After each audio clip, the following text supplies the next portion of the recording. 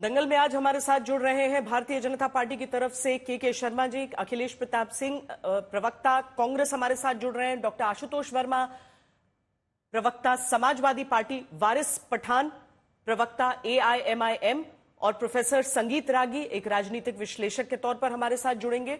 लेकिन सबसे पहले हम एनकाउंटर साइट पर आपको लिए चलते हैं, जहां से हमारे संवाददाता आशीष हमारे साथ इस समय जुड़ रहे हैं। आशीष, पुलिस वालों की भी वहां पर मौजूदगी है क्या वहां पर अभी? और चूंकि ये बताया गया, जानकारी दी गई वहां पुलिस की तरफ से कि जो हथियार है उनकी बरामदगी के लिए वहां पर पहुंचे थे जब फायर खुला, और उसके बाद क्या देख पा रहे हैं आप वहां पर, और इस समय क्या कोशिशें और पुलिस की तरफ से?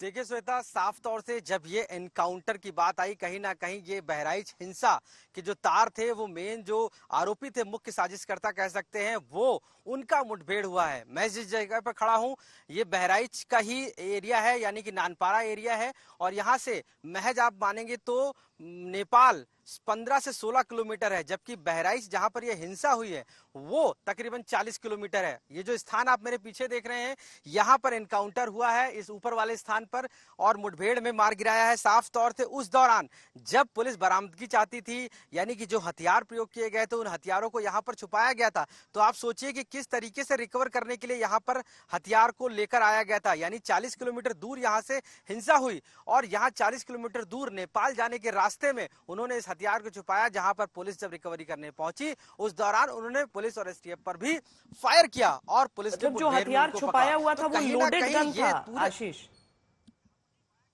यस जी श्वेता, बिल्कुल वो लोडेड गन था, यहाँ पर छुपाया हुआ था, और उस पर उससे ही फायर भी किया गया। तो कह सकते हैं कि 2 को गोली लगी है पैर में, जिसमें तालिब सरफराज को। इस पूरे एरिया को अब देखिए पुलिस ने अपने टेक ओवर कर लिया है, और यहाँ पर दूर दूर तक सन्नाटा रहता है। बस्ती जो है यहाँ से काफी दूर है। तो ये एनकाउंटर की जहां पर हुआ है, वहां पर ये माना जा रहा था कि इन आरोपियों को पता था कि अगर हमें भागना होगा तो नेपाल बहुत पास में है, हम जा सकते हैं, और यहाँ पर कोई क्योंकि रहता नहीं है, तो उनके हथियारों को भी कोई नहीं देख सकता है या पकड़ सकता है। चूंकि हिंसा बहराइच की पूरे देश में चर्चा थी, और ऐसे में माना जा रहा था कि पुलिस, योगी आदित्यनाथ ने साफ कर दिया था कि गिरफ्तारी होगी, और ऐसे में पीड़ित परिवार भी मांग कर रहा था कि गिरफ्तारी हो, एनकाउंटर हो। और वही कहीं ना कहीं पुलिस पर भी कई सवाल खड़े हो गए थे कि आखिर और वैसे भी जब भी एनकाउंटर होता है उसके बाद तो और सवाल जुड़ जाते हैं, जो कि इस समय हो भी चुका है। रामबरन भी हमारे साथ हैं, जो कि उस अस्पताल, जिला अस्पताल के बाहर से हैं, जहां पर आरोपियों को इस समय भर्ती कराया गया है। रामबरन, हमने देखा कि लोगों का भी जमावड़ा वहां पर काफी बढ़ा था। इस समय क्या परिस्थिति है वहां की, और क्या जो दोनों आरोपी हैं जो घायल हैं, जिन्हें गोली लगी है, उनके बारे में कोई अपडेट है? श्वेता, आपको बता दें कि इस समय जो ये आपका बहराइच का जो मेडिकल कॉलेज है, इस समय हम आप मेरे पीछे देख पा रही हैं, ये बहराइच का इमरजेंसी वार्ड है, और यहाँ पर जिस तरीके से भारी पुलिस बल है, मीडिया का जमावड़ा है, उसमें बहराइच एक सेंसिटिव एरिया है, मुस्लिम बहुल एरिया है, सिटी में भारी तादाद में मुस्लिम हैं, और ये जो दोनों लोग आते हैं वो उन्हीं तबके से आते हैं, उसी कम्युनिटी से आते हैं। तो बहराइच में पुलिस ने कोई अनहोनी ना होने पावे, इसके लिए भारी पुलिस बल यहाँ तैनाती करी है। अभी SP वृंदा शुक्ला अभी जस्ट मीडिया को ब्रीफ करके यहाँ से निकली है। दोनों के पैर में गोली लगी है। जब इनको नानपारा लाया गया तो वहाँ डॉक्टर अरशद सिद्दीकी, जो नानपारा CSC के हैं, उन्होंने ये साफ तौर से बताया कि अभी उनके पैर में गोली है, और इसको निकालने के लिए इन्हें बहराइच मेडिकल कॉलेज भेजा जा रहा है। अभी थोड़ी देर पहले उन्हें इसी मेडिकल कॉलेज में, मेरे पीछे के इस इमरजेंसी वार्ड में उनको लाया गया है। होशो-हवास में है दोनों? बिल्कुल, वो होशो-हवास में है जी श्वेता। ठीक है, बहुत शुक्रिया आशीष और रामबरन, आप दोनों का बहुत शुक्रिया। अब हम दंगल में चर्चा अपने मेहमानों के साथ शुरू करते हैं। के शर्मा जी, सबसे पहले आपके साथ, और अखिलेश यादव ने जो बातें कही हैं उस पर मैं आपका जवाब चाहूंगी। अखिलेश यादव कहते हैं अगर नहीं भी बताते कि किसका एनकाउंटर हुआ है, तब भी मैं बता देता किस मजहब के लोग थे। वो कहते हैं सरकार अपनी नाकामी को छुपाने के लिए इस तरह के एनकाउंटर्स रोज कर रही है, और ये घटना हुई नहीं, ये करवाई गई। मतलब जो एनकाउंटर जिस कारण हुआ वो घटना भी करवाया गया उसे। श्वेता जी, इससे ज्यादा हास्यास्पद क्या हो सकता है अखिलेश यादव के बयान के? वो जो कह रहे हैं कि यदि ये बताते भी नहीं तो मैं बता देता, क्योंकि उन्हें पता है कि अपराधी कौन है। अपराधी जो है उसके प्रति उनकी सहानुभूति सदैव से रही है। जब जब कोई उत्तर प्रदेश में अपराधी पकड़ा जाएगा तो उसके समर्थन में कौन खड़ा होता है? अखिलेश यादव। और यदि उसमें वो एक जाति विशेष का हो, तब तो वो उनके तो भैया आत्मा रोने लगती है। उसको उनको अखिलेश यादव को अपराधी से कोई लेना देना नहीं है, जाति और धर्म से लेना देना है। अपराध क्या होता है? अपराध तो उनके उसमें तो मैं कहूंगा कि एक तरह के उनके स्वभाव का हिस्सा है, अखिलेश जी के भी स्वभाव का हिस्सा रहा है। तो स्वाभाविक है कि इनको अपराध से कोई लेना देना नहीं है समाजवादी पार्टी को, लोगों को। अरे जो पार्टी अतीक अहमद के कुत्ते से हाथ मिलाती हो, जिनके नेता मुख्तार अंसारी को जो माफिया थे और उसके प्रति जो है उनको एक प्रतिष्ठित परिवार का बताती हो, तो ऐसे लोगों से आप क्या अपेक्षा करेंगे श्वेता जी? क्या वो किसी अपराधी को अपराधी मान सकते हैं? वो अपराधी को कभी नहीं मानेंगे। आप कह रहे हैं एनकाउंटर बिल्कुल वही फिर है जो मैंने नजर कहा, आ रहा एक है, जाति विशेष इसमें का कोई हो पेच नहीं और है। या नहीं, मुझे तो इनकाउंटर पे मैं अभी 1.5-2 घंटे से आपका ही चैनल देख रहा था सीता जी, और अभी आपके रिपोर्टर को भी सुन रहा कि अपराधियों को पकड़ने के लिए गोली चलानी पड़ी जो पैरों पे लगी है और जख्मी है, किसी की मौत नहीं हुई है वहां पर। लेकिन इतने बड़े जो छाती पीट रहे हैं, मातम मना रहे हैं अखिलेश यादव और समाजवादी और कांग्रेस पार्टी के लोग, मैं उनसे पूछना चाहता हूं कि जब एक व्यक्ति को गोली मार दिया गया सरेआम, तब इनकी छाती थोड़ी ना फटी, क्योंकि वो दूसरी कास्ट का था, वो हिंदू था, ब्राह्मण था।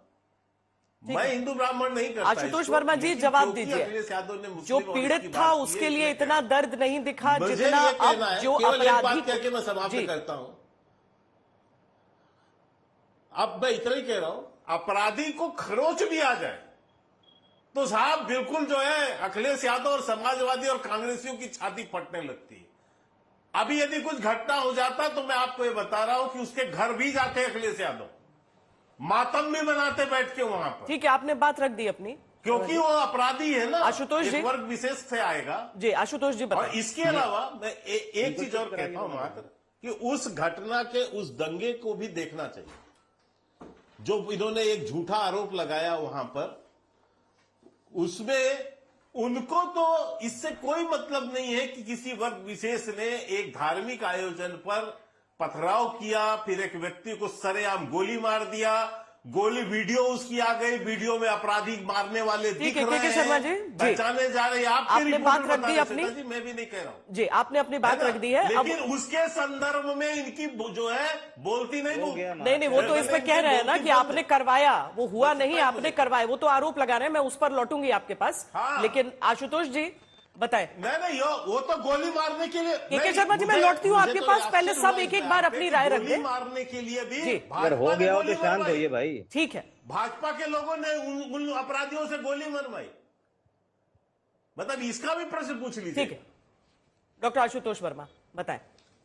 धन्यवाद श्वेता जी। देखिए, पिछले विगत 7.5 सालों में अगर उत्तर प्रदेश में किसी विभागों पे सबसे ज्यादा उंगली उठी है, वैसे तो सभी विभागों पे उठी है, चाहे शिक्षा है चाहे कुछ भी हो, लेकिन पुलिस महकमे पे जितनी ज्यादा उंगली उठी है, इसके लिए हमें भारतीय जनता पार्टी के पहले डीजीपी सुलखान सिंह का भी कुछ ही दिन पहले जो उनकी एक पोस्ट थी उसको ध्यान से पढ़ना चाहिए कि ध्यान रखिए कि ये पॉलिटिशियन अपनी राजनीति के चक्कर में आपको आगे करते हैं और आपसे वो काम करवाते हैं जहां आप जेल के अंदर तक जाते हैं, आजीवन कारावास होती है, तब ये आपसे मिलने तक नहीं आएंगे, आपकी पैरवी नहीं करेंगे। और कितना अजब है, आप सीक्वेंस देखिए, जिस दिन ये घटना हुई, क्या उत्तर प्रदेश प्रशासन को या उत्तर प्रदेश पुलिस को जरा भी वो इनको खबर नहीं थी कि इतना बड़ा प्रोसेशन जा रहा है वहां पे और उन बस्तियों से जाएगा जहां पे दूसरे संप्रदाय के लोग हैं, वहां पे इस तरह का म्यूजिक चल रहा है, वहां पे इस तरीके की परेशानी हो रही है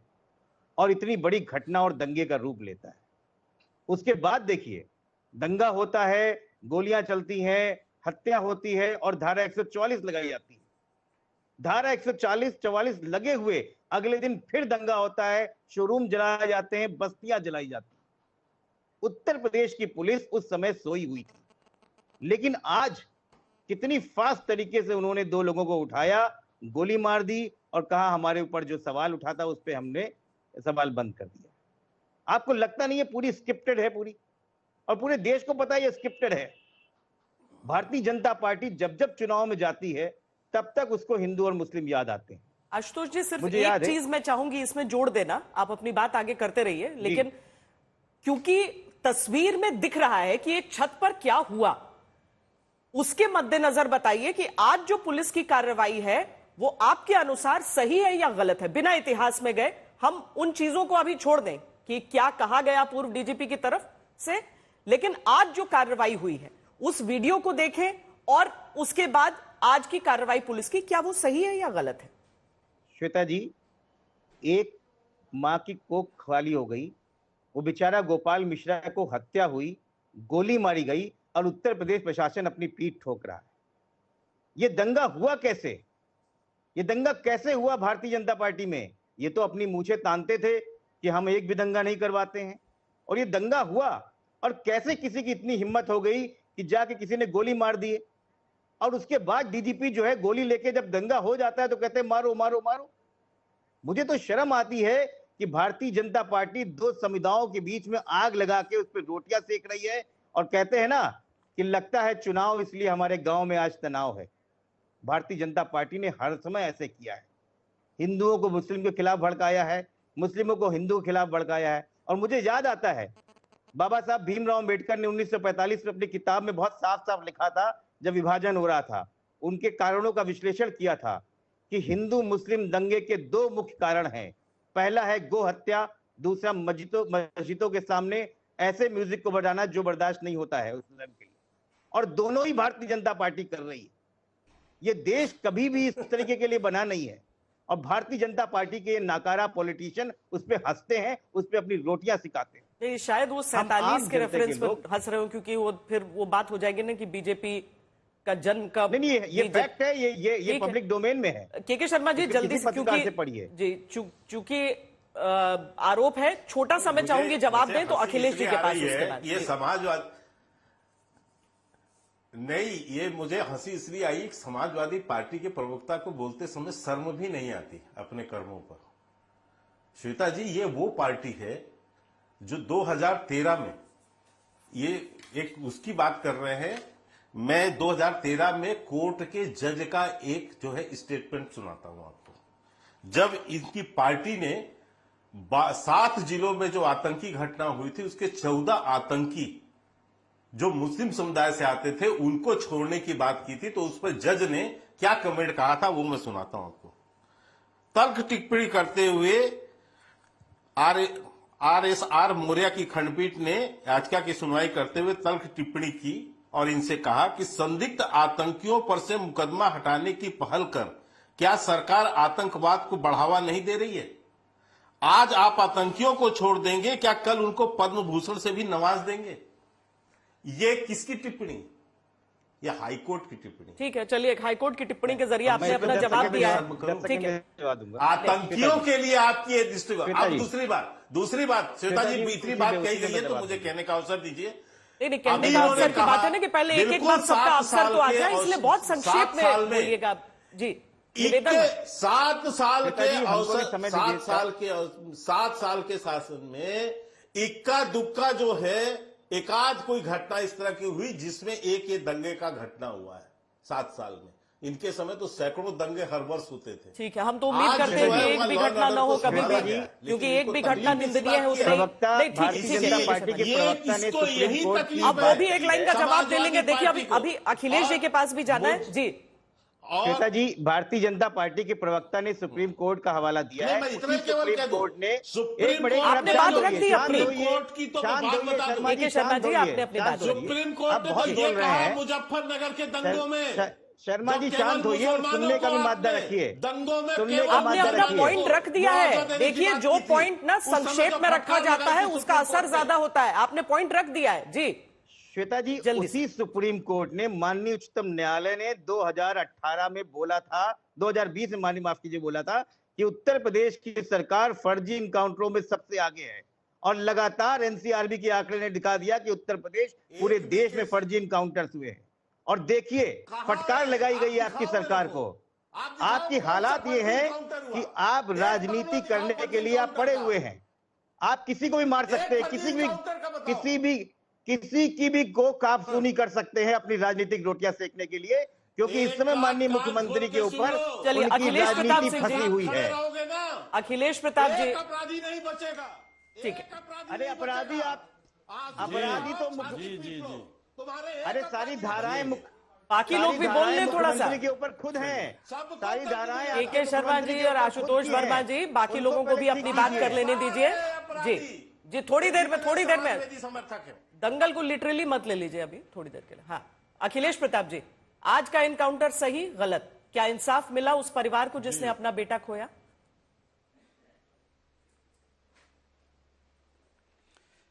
श्वेता जी, उत्तर प्रदेश में जितने भी इनकाउंटर हो रहे हैं पिछले 7-8 वर्षों में, सबकी स्क्रिप्ट एक ही क्यों है और सबकी रिपोर्टिंग एक ही क्यों है?